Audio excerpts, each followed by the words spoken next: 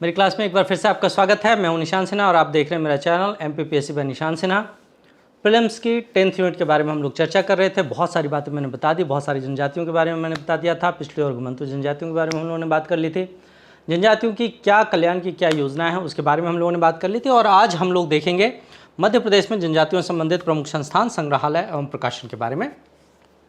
एक एक करके जो है हम सबसे पहले जो महत्वपूर्ण जो संस्थान हैं उनके ऊपर चर्चा करेंगे, फिर संग्रहालय के बारे में देखेंगे कौन कौन से संग्रहालय जो है वो स्थापित किए गए हैं। सबसे पहले जो है मध्य प्रदेश में जनजातियों से संबंधित जो महत्वपूर्ण संस्थान हैं उनके बारे में जो है बात करेंगे। और सबसे पहला जो महत्वपूर्ण संस्थान है वो है मध्य प्रदेश आदिवासी लोक कला परिषद। देखिए, मध्य प्रदेश आदिवासी लोक कला परिषद, इसकी स्थापना जो है वो भोपाल में की गई थी। सन 1980 में मध्य प्रदेश आदिवासी लोक कला परिषद की स्थापना की गई थी। और ये मध्य प्रदेश आदिवासी लोक संगीत, लोक नृत्य, लोकनाट्य और आदिवासी साहित्यों के संरक्षण के लिए, दस्तावेजीकरण के लिए, उनके विकास के दायित्व को निर्वहन करने के लिए जो है इस संस्थान की स्थापना की गई थी। ये संस्थान जो है वो कला के प्रदर्शन के लिए संपदा, लोकरंग, लोकरंजन, राष्ट्रीय रामलीला मैदान, जगार, लोकोत्सव, नाच समारोह, कबीर समारोह, इन सब का आयोजन जो है वो इसके द्वारा किया जाता है। तो आप यहाँ पर जो है याद रखें, लोकरंजन, लोकरंग, राष्ट्रीय रामलीला मेला, इनका आयोजन जो है किसके द्वारा किया जाता है? तो इनका आयोजन मध्य प्रदेश आदिवासी लोक कला परिषद के द्वारा किया जाता है। ये प्रश्न पूछा जा सकता है। कबीर समारोह, नाच समारोह, इनका आयोजन किसके द्वारा किया जाता है? तो ये मध्य प्रदेश आदिवासी लोक कला परिषद के द्वारा किया जाता है। यहाँ पर जो है लोकरंग, लोकरंजन, राष्ट्रीय रामलीला मेला, यहाँ जगार, इधर जो है नाच समारोह, कबीर समारोह, इन सब का आयोजन जो है ये परिषद करती है। परिषद जो है वो आदिवासी और लोक कलाओं पर आदिवर्त संग्रहालय, इसको जो है आप जरूर याद रखें। ये संग्रहालय जो है वो पूछा जा सकता है। यह आदिवर्त संग्रहालय और ओरछा में साकेत रामायण कला संग्रहालय की स्थापना जो है वो इसी परिषद के द्वारा की गई है। तो ये भी जो है आप याद रखें कि आदिवर्त संग्रहालय जो है मध्य प्रदेश आदिवासी लोक कला परिषद भोपाल के द्वारा स्थापित किया गया। परिषद जो है वो चौमासा नाम से, ये एक बहुत महत्वपूर्ण पत्रिका है। इस महत्वपूर्ण पत्रिका का नाम भी याद रखें कि चौमासा के नाम से जो है एक पत्रिका का प्रकाशन किया जाता है। तो मोटे तौर पर जो है मध्य प्रदेश आदिवासी लोक कला परिषद क्या है? मध्य प्रदेश आदिवासी लोक कला परिषद मध्य प्रदेश के आदिवासियों की जो लोक कलाएं हैं, उनके लोक संगीत, लोक नृत्य, इनके संरक्षण और दस्तावेजीकरण और इनके विकास के लिए स्थापित किया गया। 1980 में स्थापित किया गया। इसका मुख्यालय जो है भोपाल में है। और इस परिषद के द्वारा कई तरह के जो है आयोजन किए जाते हैं, जिनमें लोकरंजन, लोकरंग या जो है कबीर महोत्सव या नाच महोत्सव, जगार और राष्ट्रीय रामलीला मेला, ये सब जो है आयोजित किए जाते हैं। आदिवर्त कला संग्रहालय और ओरछा में साकेत रामायण कला संग्रहालय की स्थापना इसने की है। और परिषद के द्वारा जो है एक पत्रिका चौमासा का जो है प्रकाशन किया जाता है। तो ये सबसे पहली जो है वो संस्था थी, इसके बारे में जो हम लोगों ने बात की। दूसरी संस्था हम देखें, मध्य प्रदेश आदिवासी वित्त एवं विकास निगम। जैसा कि नाम से आपको क्लियर है, मध्य प्रदेश में आदिवासियों के वित्तीय स्थिति के सुधार से संबंधित जो है वो ये संस्थान है। स्थापना 1994 में हुई और मुख्यालय जो है इसका भोपाल में है। उद्देश्य क्या है? तो जनजातियों का सामाजिक, आर्थिक एवं शैक्षणिक कल्याण करना। ध्यान रखें, यहाँ पर जो है आदिवासियों के सामाजिक, आर्थिक और शैक्षणिक कल्याण से संबंधित ये संस्था है, राजनीतिक कल्याण से संबंधित नहीं है। ठीक है, तो ये जो है संस्था 1994 में भोपाल में स्थापित की गई। तीसरी संस्था जो है मध्य प्रदेश रोजगार एवं प्रशिक्षण परिषद, मैपसेट। नाम से ही क्लियर है कि मध्य प्रदेश में जो आदिवासी हैं उन आदिवासियों को रोजगार उपलब्ध कराने से संबंधित संस्था है। मैपसेट जो है वो सोसाइटी रजिस्ट्रेशन एक्ट 1973 के अंतर्गत जो है गठित हुई। 1981 में इसकी स्थापना हुई। इसका मुख्यालय भोपाल है। और उद्देश्य क्या है? तो कुशल एवं अर्धकुशल जनजातीय मजदूरों को तकनीकी प्रशिक्षण प्रदान करना। वैसे तो आदिवासियों में कई सारे जो है लोग मजदूरी का काम करते हैं, लेकिन मजदूर के रूप में वो जो काम करते हैं उसमें उनको पारिश्रमिक कम मिलता है। यदि वो कुशल या अर्धकुशल रूप में काम करेंगे, उनको अगर तकनीकी प्रशिक्षण दिया जाता है तो वो कुशल या अर्धकुशल मजदूर के रूप में जो है वो काउंट हो जाएंगे और फिर जो है उनकी मजदूरी भी जो है बढ़ेगी वहाँ पर। तो इस उद्देश्य से कि जो मजदूर हैं उनको तकनीकी प्रशिक्षण देकर कुशल एवं अर्धकुशल मजदूर के रूप में जो है कन्वर्ट करना और ज़्यादा से ज़्यादा मजदूरी जो है उनको है ना उपलब्ध हो पाए, इस उद्देश्य के साथ जो है ये परिषद जो है काम करती है। 1981 में स्थापना, मुख्यालय जो है इसका भोपाल। चौथा जो है महत्वपूर्ण संस्थान, राष्ट्रीय जनजाति स्वास्थ्य अनुसंधान संस्थान, NIRTH। पहले इसे क्षेत्रीय जनजाति आयुर्विज्ञान अनुसंधान केंद्र या RMRCT के नाम से जाना जाता था। 2014 में जो है इसका नाम बदला गया और इसका नाम जो है राष्ट्रीय जनजाति स्वास्थ्य अनुसंधान संस्थान किया गया। 1984 में जो है इसकी स्थापना हुई थी। मुख्यालय जो है इसका जबलपुर। बहुत महत्वपूर्ण है, इसको भी जो है याद रखें। उद्देश्य क्या है? तो उद्देश्य जो है जनजातीय समुदाय के स्वास्थ्य संबंधी मुद्दों पर अनुसंधान करना, जिसमें पोषण संबंधी विकार, सामान्य संक्रामक और गैर संक्रामक रोग, पर्यावरणीय स्वास्थ्य समस्याएं, ये सारी चीज़ें जो है शामिल हैं। इसके वैज्ञानिक जो है नियमित रूप से मध्य प्रदेश और छत्तीसगढ़ के आदिवासी क्षेत्रों में आदिवासी स्वास्थ्य और स्वास्थ्य विकास कार्यक्रमों के निदान, नियोजन, निगरानी और मूल्यांकन में राज्य के स्वास्थ्य विभागों की सहायता करते हैं और राज्य के स्वास्थ्य विभाग के जो कर्मचारी अधिकारी होते हैं उनको लगातार जो है प्रशिक्षण वगैरह भी देते हैं। ये संस्थान जो है उन रोगों पर कार्य करता है जो ज़्यादातर जो है आदिवासी क्षेत्रों में फैलते हैं। मुख्य रूप से मलेरिया है, ये यक्ष्मा, ट्यूबरकुलोसिस जिसको टीबी कहते हैं, हीमोग्लोबिनोपैथी, उच्च रक्तचाप, high BP, filaria, fluorosis, dengue, chikungunya, ये कुछ ऐसे रोग हैं जो कॉमन से रोग हैं, कॉमन डिजीज़ हैं और जनजातीय क्षेत्रों में जो है ये रोग काफ़ी फैलते हैं। तो ये उन रोगों पर जो है कार्य करने का ये काम करता है संस्थान। इसके बाद जो है मध्य प्रदेश जनजातीय अनुसंधान एवं विकास संस्थान 1954 में जो है मध्य प्रदेश जनजातीय अनुसंधान एवं विकास संस्थान की स्थापना हुई थी। प्रारंभ में इसका मुख्यालय छिंदवाड़ा था, लेकिन 1965 में मुख्यालय बदलकर इसका भोपाल कर दिया गया। एक बहुत महत्वपूर्ण संस्थान ये भी। उद्देश्य क्या है? तो प्रदेश की जनजातियों का मानव शास्त्रीय शोध, जनजातीय विषयों पर अनुसंधान, विकास कार्यों का मूल्यांकन, प्रदेश की जनजातियों की भाषा एवं नागरिक शिक्षा, जनजातियों के संस्कृति एवं उनके सांस्कृतिक आयामों का संकलन, अभिलेखीकरण, संवर्धन एवं संरक्षण करना, जनजातियों की विभिन्न कलाओं पर कार्यशालाओं का आयोजन करना, उनका छायांकन एवं फिल्मांकन तथा उनकी शिक्षा, स्वास्थ्य और अन्य विषयों पर सेमिनार इत्यादि का आयोजन करना। अर्थात आप नाम से ही जो है अगर देखेंगे तो मध्य प्रदेश जनजातीय अनुसंधान मतलब जनजातियों के ऊपर शोध एवं अनुसंधान करना और उनके विकास से संबंधित कार्य जो है वो करना इस संस्थान का काम होता है। 1954 में स्थापना हुई। मुख्यालय इसका जो है प्रारंभ में छिंदवाड़ा था, बाद में 1965 में जो है मुख्यालय बदलकर भोपाल कर दिया गया। इसके द्वारा जो है राज्य के राजस्व, पुलिस एवं अन्य विभागीय अधिकारियों और जनप्रतिनिधियों का जनजातियों के लिए संवैधानिक एवं सुरक्षात्मक उपायों पर प्रशिक्षण। दरअसल जो राजस्व के अधिकारी हैं, जो पुलिस के अधिकारी हैं या जो जनप्रतिनिधि हैं, वो आदिवासियों के बीच जो है जाकर काम करते हैं। तो किस तरह से वो काम करें उसके लिए जो है उनको प्रशिक्षण प्रदान करने का भी जो है काम किया, प्रशिक्षण भी दिया जाता है कि जनजातियों के जो है संवैधानिक किस तरह के जो है संवैधानिक अधिकार हैं, उनके संरचनात्मक जो है अधिकार क्या हैं।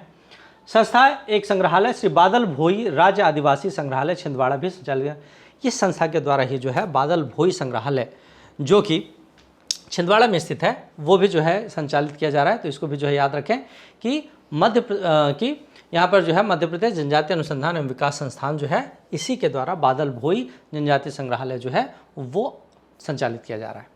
इसके बाद एक और महत्वपूर्ण संस्थान ये वन्या प्रकाशन, बहुत महत्वपूर्ण है, इसको जरूर याद रखें, इससे एक प्रश्न आने की पूरी संभावना है। स्थापना 25 मार्च 1980 को हुई थी। मध्य प्रदेश के जनजातीय कल्याण विभाग के अंतर्गत जो है शामिल है। वन्या प्रकाशन जो है वो जनजातीय परंपरा और जनजातीय संस्कृति वैभव के प्रचार और संरक्षण और जनजातीय समुदायों के लिए सरकारी कल्याण योजना के उचित प्रदर्शन के लिए स्थापित किया गया था। वन्या के द्वारा जो है आधुनिक मुद्रण और इलेक्ट्रॉनिक माध्यमों के उपयोग के माध्यम से सुदूर वन क्षेत्रों में मौजूद आदिवासी परंपरा और संस्कृति को वर्तमान समाज के साथ जोड़ने में ये प्रभावी रही है। इसके अलावा वन्या जो है वो आदिवासी कलाकारों को कला की दुनिया से परिचित कराने और उनके कौशल को प्रदर्शित करने के लिए एक मंच जो है वो भी उपलब्ध कराने का काम करती है। अर्थात वन्या जो है वो एक ऐसी संस्था है जिसके द्वारा जो है इलेक्ट्रॉनिक माध्यमों से या अन्य माध्यमों से जो है आदिवासियों को रंगमंच जो है वो प्रदान करने का काम किया जा रहा है। ये मूर्तिकला वर्कशॉप वगैरह का भी आयोजन करती है। वन्या के प्रयासों के फलस्वरूप जो है मध्य प्रदेश के विभिन्न आदिवासी कलाकारों ने देश में महत्वपूर्ण उपलब्धियां भी हासिल की हैं। अब यहाँ पर जो है कुछ चीज़ें हैं जो आपको यहाँ पर येलो कलर से जो है नज़र आ रहा है, इसको जो है हमें ज़रूर याद रखना है। वन्या के द्वारा एक साप्ताहिक रेडियो कार्यक्रम आयोजित किया जाता है जिसका नाम है बढ़ते कदम। तो यहाँ पर जो है एक ये बढ़ते कदम, इसे याद रखें, जो कि एक साप्ताहिक रेडियो कार्यक्रम है। दूसरा जो है नए द्वार जो है ये साप्ताहिक टेलीविज़न कार्यक्रम है। साप्ताहिक रेडियो कार्यक्रम, बढ़ते कदम, टेलीविज़न कार्यक्रम, नए द्वार और एक वृत्तचित्र फिल्म जो है आदिवासी स्वर। इस वृत्तचित्र फिल्म एक डॉक्यूमेंट्री फिल्म जो है हम कह सकते हैं। तो ये डॉक्यूमेंट्री फिल्म जो है आदिवासी स्वर, इसका जो है प्रसारण किया जाता है। तो इलेक्ट्रॉनिक माध्यमों में रेडियो, टेलीविज़न और डॉक्यूमेंट्री के माध्यम से, रेडियो के माध्यम से जो है बढ़ते कदम, नए द्वार जो है टेलीविज़न के माध्यम से और आदिवासी स्वर जो है डॉक्यूमेंट्री फिल्म के माध्यम से, इन तीनों को याद रखें। इसके अलावा वन्या के द्वारा जनगण कलाम एक पुस्तक, इसका प्रकाशन किया गया है। समझ झरोखा ये एक मासिक बाल पत्रिका है, बाल पत्रिका याद रखें, समझ झरोखा, जबकि जनगण कलाम जो है एक पुस्तक का नाम है। और टंट्या मामा पर स्केच बुक और वन्या संदर्भ नाम की जो है एक पाक्षिक फीचर श्रृंखला का प्रकाशन जो है वो किया जाता है। ये जितनी भी चीज़ें जो हैं इनको जरूर आप याद रखें, इस पर से जो है प्रश्न आने की पूरी संभावना है। इंदिरा गांधी राष्ट्रीय जनजातीय विश्वविद्यालय बहुत महत्वपूर्ण, अभी हाल ही में जो है सन 2008 में संसद के एक अधिनियम के द्वारा जो है इसको स्थापित किया गया। संसद ने जो है इंदिरा गांधी राष्ट्रीय जनजातीय विश्वविद्यालय अधिनियम 2007 पारित किया था और उसी के अंतर्गत जो है 2008 में इसे स्थापित किया गया। मुख्यालय इसका जो है अमरकंटक अनूपपुर में है। उद्देश्य कई सारे जो है इसके उद्देश्य हैं। सबसे पहले तो ये कि एक ऐसा विश्वविद्यालय स्थापित करना जहां जनजातियों के बारे में जो है जनजातियों के लिए जो है वो अध्ययन किया जाता हो। जनजातीय आबादी के लिए शिक्षा, विशेष रूप से उच्च शिक्षा और अनुसंधान सुविधाएं प्रदान करना। जनजातीय समुदायों के सदस्यों को अपने स्वयं के विश्वविद्यालय के माध्यम से उच्च शिक्षा तक पहुँच प्रदान करके अपनी आवश्यकताओं का प्रबंधन, प्रशासन और देखभाल करने में सक्षम बनाने के उचित उपाय करना। जनजातीय कला, परंपरा, संस्कृति, भाषा, औषधीय प्रणालियों, रीति रिवाजों, वन आधारित आर्थिक गतिविधियों, वनस्पतियों, जीवों और जनजातीय क्षेत्रों के आदिवासी समुदायों पर सांस्कृतिक अध्ययन और अनुसंधान करने के लिए राष्ट्रीय और अंतर्राष्ट्रीय विश्वविद्यालय और संगठनों के साथ सहयोग करना और जनजातीय केंद्रित विकास मॉडल तैयार करना, रिपोर्ट और मोनोग्राफ प्रकाशित करना और जनजातियों से संबंधित मुद्दों पर सम्मेलन और सेमिनार आयोजित करना और विभिन्न क्षेत्रों में नीतिगत मामलों पर इनपुट देना। तो ये जो है मेंस में भी पूछा जा सकता है, तो इसीलिए जो है मैंने इतना लंबा दे दिया है ताकि जो है आप अगर इसको अच्छे से याद कर लेते हैं तो मेंस में भी जो है आपका काम हो जाएगा। तो 2008 में इसकी स्थापना हुई थी। मुख्यालय जो है अमरकंटक अनूपपुर में। अभी तक जो प्रश्न इसमें से पूछे गए हैं वो इसके मुख्यालय पर ही पूछा गया है। हो सकता है कि स्थापना वर्ष जो है वो भी पूछ लिया जाए।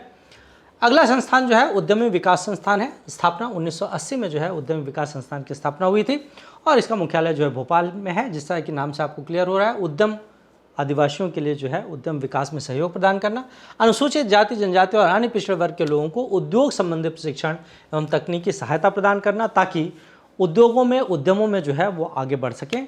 तो इसलिए उद्यमी विकास संस्थान स्थापित किया गया 1980 में भोपाल में। मध्य प्रदेश जनजाति कल्याण आवासीय तथा आश्रम शैक्षणिक सोसाइटी भोपाल में जो है इसका मुख्यालय है। जनजातीय कार्य मंत्रालय के मंत्री जो है इसके अध्यक्ष होते हैं और इसका उद्देश्य क्या है, तो आदिवासियों के लिए शिक्षा के क्षेत्र में अध्ययन अध्यापन से लेकर उन्हें आवासीय सुविधा तक उपलब्ध कराना। जैसा कि नाम से आपको क्लियर है, मध्य प्रदेश जनजाति कल्याण आवासीय तथा आश्रम शैक्षणिक सोसाइटी, अर्थात ये एक ऐसी शैक्षणिक सोसाइटी है जहाँ पर न केवल शिक्षा अर्थात अध्ययन अध्यापन का कार्य कराया जाता है बल्कि उनको आवासीय सुविधा अर्थात रहने की सुविधा भी जो है वहाँ पर उपलब्ध कराई जाती है। तो ये भी एक महत्वपूर्ण जो है संस्थान। मध्य प्रदेश राज्य अनुसूचित जनजाति आयोग, बहुत महत्वपूर्ण आयोग, 29 जून 1995 इसकी डेट जो है आप याद रख लें। डेट जो है वो संभवतः पूछी जा सकती है। मध्य प्रदेश राज्य अनुसूचित जनजाति आयोग अधिनियम 1995 के अनुक्रम में इसको गठित किया गया। इसमें जो है 3 सदस्य होते हैं, इनमें से एक अध्यक्ष होता है। अध्यक्ष और सदस्य जो है जनजातीय मामलों के विशेषज्ञ होंगे, लेकिन 2 सदस्यों का अनुसूचित जनजाति वर्ग का होना जो है अनिवार्य है। ये यहाँ डॉक्टर हो गया, ये 2 है, 2 सदस्यों का जो है अनुसूचित जनजाति वर्ग का होना जो है अनिवार्य है। इनकी नियुक्ति राज्य सरकार के द्वारा की जाती है और कार्यकाल इनका 3 वर्ष का होगा। ध्यान रखें, अनुसूचित जनजाति आयोग के अध्यक्ष और सदस्यों की नियुक्ति राज्य सरकार करती है, न कि राज्यपाल। यहाँ पर जो है प्रश्न पूछा जा सकता है, तो याद रखें इनकी नियुक्ति जो है राज्य सरकार के द्वारा की जाती है और इनका कार्यकाल जो है 3 वर्ष का होता है। इनका कार्य अनुसूचित जनजातियों के हितों की रक्षा से संबंधित कार्य करना है। मध्य प्रदेश आदिम जाति मंत्रणा परिषद 1957 में जो है मध्य प्रदेश आदिम जाति मंत्रणा परिषद का गठन किया गया। संविधान के अनुच्छेद 244(1) के अंतर्गत गठित अनुसूचित क्षेत्रों के प्रशासन, नियंत्रण और संरक्षण के लिए जो है इसका गठन किया गया था। पहले 8 सितंबर 2014 को और उसके बाद श्री कमलनाथ जी की सरकार थी, उस समय 6 सितंबर 2019 को जो है इसका पुनर्गठन किया गया। इसके अध्यक्ष जो है मुख्यमंत्री होते हैं और उपाध्यक्ष जो है आदिम जाति कल्याण मंत्री होते हैं। इसमें 18 सदस्य भी होते हैं जो विधानसभा में अनुसूचित जनजातियों का प्रतिनिधित्व करते हैं। तो ये भी जो है एक महत्वपूर्ण संस्थान जो है। मध्य प्रदेश राज्य स्तरीय कोल जनजाति विकास अभिकरण 6 जून 2011 को जो है मध्य प्रदेश राज्य स्तरीय कोल जनजाति विकास अभिकरण का गठन किया गया। 5वीं अनुसूची के अंतर्गत जनजातियों को जो अधिकार प्राप्त हैं उन प्राप्त अधिकारों और जनजातीय क्षेत्र के हितों के संरक्षण और संवर्धन के लिए एक प्रहरी के रूप में, वॉचडॉग के रूप में काम करता है। यहाँ पे पूछा जा सकता है कि जनजातीय हितों के संरक्षण और संवर्धन के लिए एक प्रहरी या एक वॉचडॉग के रूप में जो है निम्न में से कौन सी संस्था काम करती है, तो ये संस्था जो है मध्य प्रदेश राज्य स्तरीय कोल जनजाति विकास अभिकरण है। कुछ दूसरे और फैक्ट्स हैं जिनमें प्रथम आदिवासी खेल विद्यालय जो है अलीराजपुर में स्थापित किया गया। विश्व का पहला जनजातीय समुदाय रेडियो केंद्र वो भी अलीराजपुर में है और भारत का पहला आदिवासी शोध संचार केंद्र जो है ये झाबुआ में है। ये कुछ फैक्ट्स हैं जो है पूछे जाते हैं, अभी तक पूछे भी गए हैं, आगे भी पूछे जा सकते हैं, इनको भी जो आप याद रखें। इसके बाद जो है मध्य प्रदेश में जनजातियों से संबंधित प्रमुख संग्रहालय जो है उनकी बात करते हैं। कौन कौन से संग्रहालय हैं? सबसे पहले श्री बादल भोई राज्य जनजातीय संग्रहालय छिंदवाड़ा, 1954 में जो है इसकी स्थापना हुई थी। 1975 में जो है इसका नाम जो है राज्य संग्रहालय किया गया था और 8 सितंबर 1997 को फिर से इसका नाम बदलकर श्री बादल भोई राज्य जनजातीय संग्रहालय कर दिया गया था। अर्थात 1954 में जो है इसकी स्थापना हुई थी और 1975 में इसका नाम राज्य संग्रहालय किया गया। आगे चलकर जो है 1997 में जो है इसे नाम दिया गया श्री बादल भोई राज्य जनजातीय संग्रहालय। और ये बादल भोई कौन थे? तो बादल भोई जो है एक प्रसिद्ध आदिवासी स्वतंत्रता संग्राम सेनानी थे। उन्हीं के नाम पर जो है इसका नाम जो है वो श्री बादल भोई राज्य जनजातीय संग्रहालय किया गया। उद्देश्य क्या है? तो मध्य प्रदेश के विविध आदिवासी लोकाचार को बढ़ावा देना, उनको संरक्षित करना। यह अविभाजित मध्य प्रदेश के अधिकांश अनुसूचित जनजातियों की जीवन शैली और संस्कृति को दर्शाता है। इसमें 11 कमरे हैं, 2000 से अधिक आदिवासी कलाकृतियाँ, आदिवासी गोत्र के चिन्ह और मॉडल वगैरह जो है यहाँ हैं। हर साल लगभग 1 लाख से भी अधिक घरेलू और अंतर्राष्ट्रीय आगंतुक जो है इस संग्रहालय में आते हैं। तो महत्वपूर्ण है, याद रखें कहाँ पर है? तो छिंदवाड़ा में। जनजातीय संग्रहालय 2013 में जो है जनजातीय संग्रहालय की स्थापना की गई और इसका डिज़ाइन एक संस्था खेती कामन के द्वारा जो है इसका डिज़ाइन तैयार किया गया था। इसको याद रखें, ये भी पूछा जा सकता है। यहाँ जनजातियों से संबंधित दुर्लभ कलाकृतियाँ, मूर्तियाँ और कलाकृतियाँ वगैरह जो है वो प्रदर्शित की गई हैं। आदिवर्त लोक एवं जनजातीय संग्रहालय खजुराहो छतरपुर में 2001 में संस्कृति विभाग के द्वारा जो है इसकी स्थापना की गई थी और मध्य प्रदेश आदिवासी लोक कला परिषद जो है वो इसको संचालित करती है। ये मैंने पहले ही आपको बताया था। आदिवासी संस्कृति को संरक्षित करने और आदिवासी लोक कला के संरक्षण और विकास के लिए जो इसकी स्थापना की गई थी। बहुत महत्वपूर्ण है, पूछा जा चुका है और आगे भी पूछा जा सकता है। तो आदिवर्त लोक एवं जनजातीय संग्रहालय स्थापना 2001 संस्कृति विभाग के अंतर्गत कार्यरत और मुख्य स्थापना स्थल कहाँ? तो खजुराहो छतरपुर जिले का जो है वो एक शहर। सहरिया संग्रहालय जो 1990 में सहरिया संग्रहालय की स्थापना की गई। इसका स्थापना स्थल श्योपुर में, क्योंकि उस श्योपुर और आसपास के क्षेत्रों में जो है सहरियाओं की संख्या ज़्यादा है। उद्देश्य क्या है? तो सहरिया संस्कृति के शोध केंद्र के रूप में जो है कार्य करना इसका महत्वपूर्ण उद्देश्य है। इंदिरा गांधी राष्ट्रीय मानव संग्रहालय बहुत महत्वपूर्ण संग्रहालय है। ये मानव की सभ्यता की शुरुआत से लेकर और अभी तक मानव के विकास की गाथा जो है वो इस संग्रहालय ये जो है गाता है। और इस संग्रहालय में जो है मानव सभ्यता की शुरुआत से लेकर अभी तक किस तरह से जो है मानव का विकास हुआ उसकी पूरी कहानी जो है वो यहाँ पर जो है भोपाल में स्थित इंदिरा गांधी राष्ट्रीय मानव संग्रहालय में देखी जा सकती है। स्थापना 21 मार्च 1970 को स्थापना हुई, भोपाल में इसकी स्थापना हुई। संपूर्ण एशिया में मानव जीवन के विकास को दर्शाने वाला सबसे बड़ा संग्रहालय है। कभी समय मिले तो जरूर आप जो है इसकी जाकर देखें। बहुत ही खूबसूरत संग्रहालय जो है यह है। उद्देश्य क्या है? तो भारतीय संदर्भ में मानव तथा संस्कृति के विकास के इतिहास को प्रदर्शित करना। और यहाँ 32 प्रागैतिहासिक चित्रित शैलाश्रय यहाँ पर जो है हैं। बहुत ही खूबसूरत जो है वो मानव संग्रहालय ये है। तो अभी जितने भी जो है संस्थान और जो संग्रहालय वगैरह थे उनके बारे में जो है मैंने आपको बताया। तो आज के क्लास में जो है हम इतना रखेंगे। बाकी जनजातियों से संबंधित कुछ और तथ्य जो है वो रह गए जिसके बारे में जो हम लोग अगले वीडियो में चर्चा करेंगे। तो आज के क्लास में जो है इतना ही। थैंक यू, धन्यवाद।